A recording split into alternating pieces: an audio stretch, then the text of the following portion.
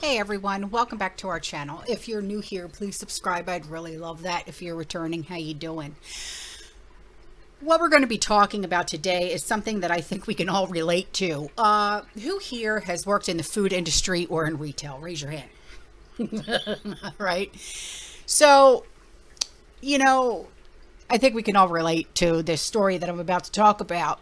And you're probably asking yourself, why are you talking about things that have nothing to do with the prepper community? Well, because I like to break it up, you know, and plus these are things that we can all relate to. And, you know, like I said, I have to get away from that doom and gloom. I cannot talk about that every single day. It makes my brain hurt. So, you know, dealing with the food industry, even retail, we have to deal with a lot.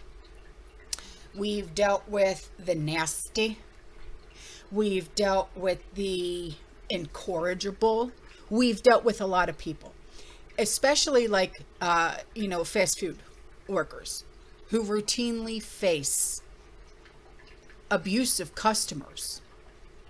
And there's a video that I'm going to show you. And I know that a lot of you guys can relate, okay? And I actually, I showed this video to my son.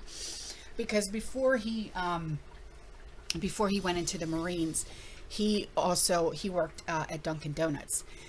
And when I tell you, there was this woman who was relentless with him, okay?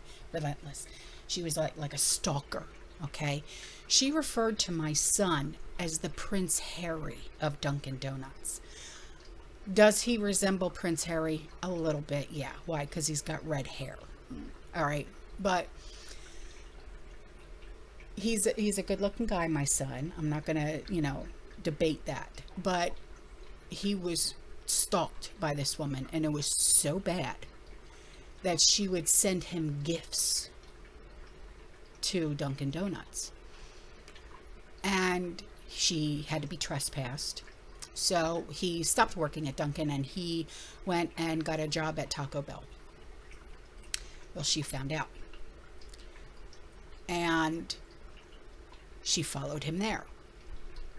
So when I tell you the things that people have to deal with are so horrid, my son literally did not feel safe. I mean, she would literally try to like touch him and things like that. And it was just like, dude, you're my age. What are you doing? And at the time, Andrew was 20.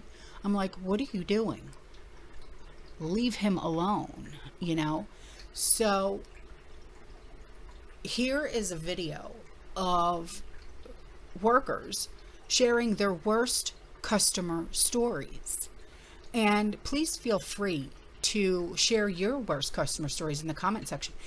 Or if you want to email me and I'll do an entire video on it, because these are some of the things that we have to deal with when working with the public. And it's just, it's horrifying, you know, that these things go on. So here's the video and tell me what you think. Emma, what was your worst customer story? It was a man throwing hot coffee at me, saying it wasn't hot, but he burnt my chest. So I don't know how it wasn't hot, but it was a fresh pot, hon. So Ashley, what's your worst customer story? I was taking both lanes, running and doing fries and drinks, and this man couldn't wait 1 second. He went into the lobby and started screaming at me. Nice. Ian, what's your worst customer story? I got tickled on my hand once. I got smiled at by, like he said, he was smiling at me and I didn't see it. It was really creepy. And then some lady said I could be her Uber bag, which was really weird. You what in her Uber bag? Some lady said I could be her Uber bag. It Oh. was really weird. Okay, that's lovely. Yeah. All right, Manager Taya, what's your worst customer story? Okay, there's the one time the guy made me cry on the phone. And then there's the other time when I was like explaining to this guy how like mobile orders work, but he didn't believe me. This was in a drive-thru. So he called his wife, who was at home, to speak to me through her phone, through the drive-thru, to yell at me about how stupid I was and how I didn't know how to do my job. Lovely. What is your worst customer story, bitch? My worst customer story is these two guys that came to the drive-thru and they were in their 20s, and I was 15, and they came through and they asked for my number, and I said no, and then they came back through and sat in the drive-thru and would not leave until I gave them some sort of personal information, and said they would just back up the drive-thru all night until I gave them something.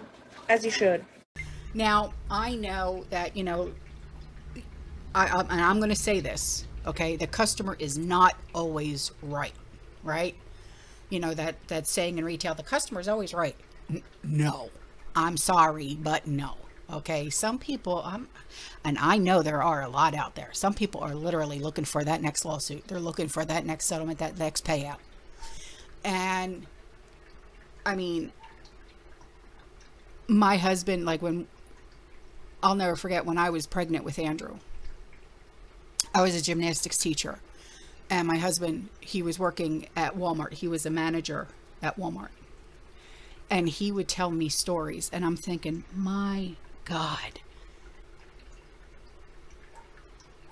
I can't even imagine working in retail anymore. I can't imagine working with the public anymore, you know? And I just think that it's only going to get worse. You know, I don't know if it's entitlement. I don't know what this is. I really don't.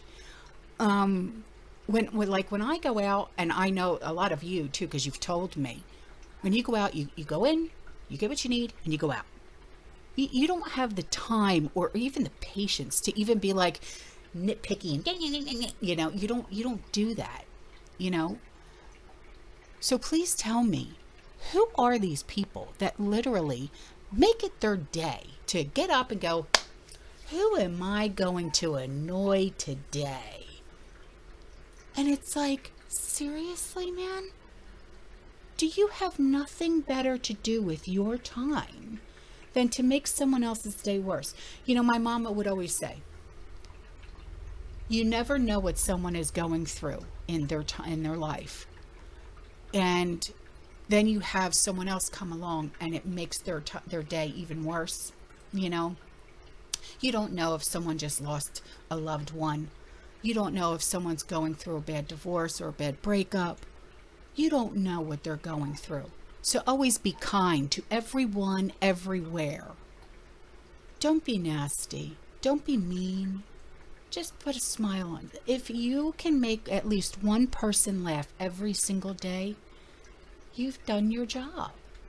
And that's how my mother always looked at life. And this is coming from a retired police officer.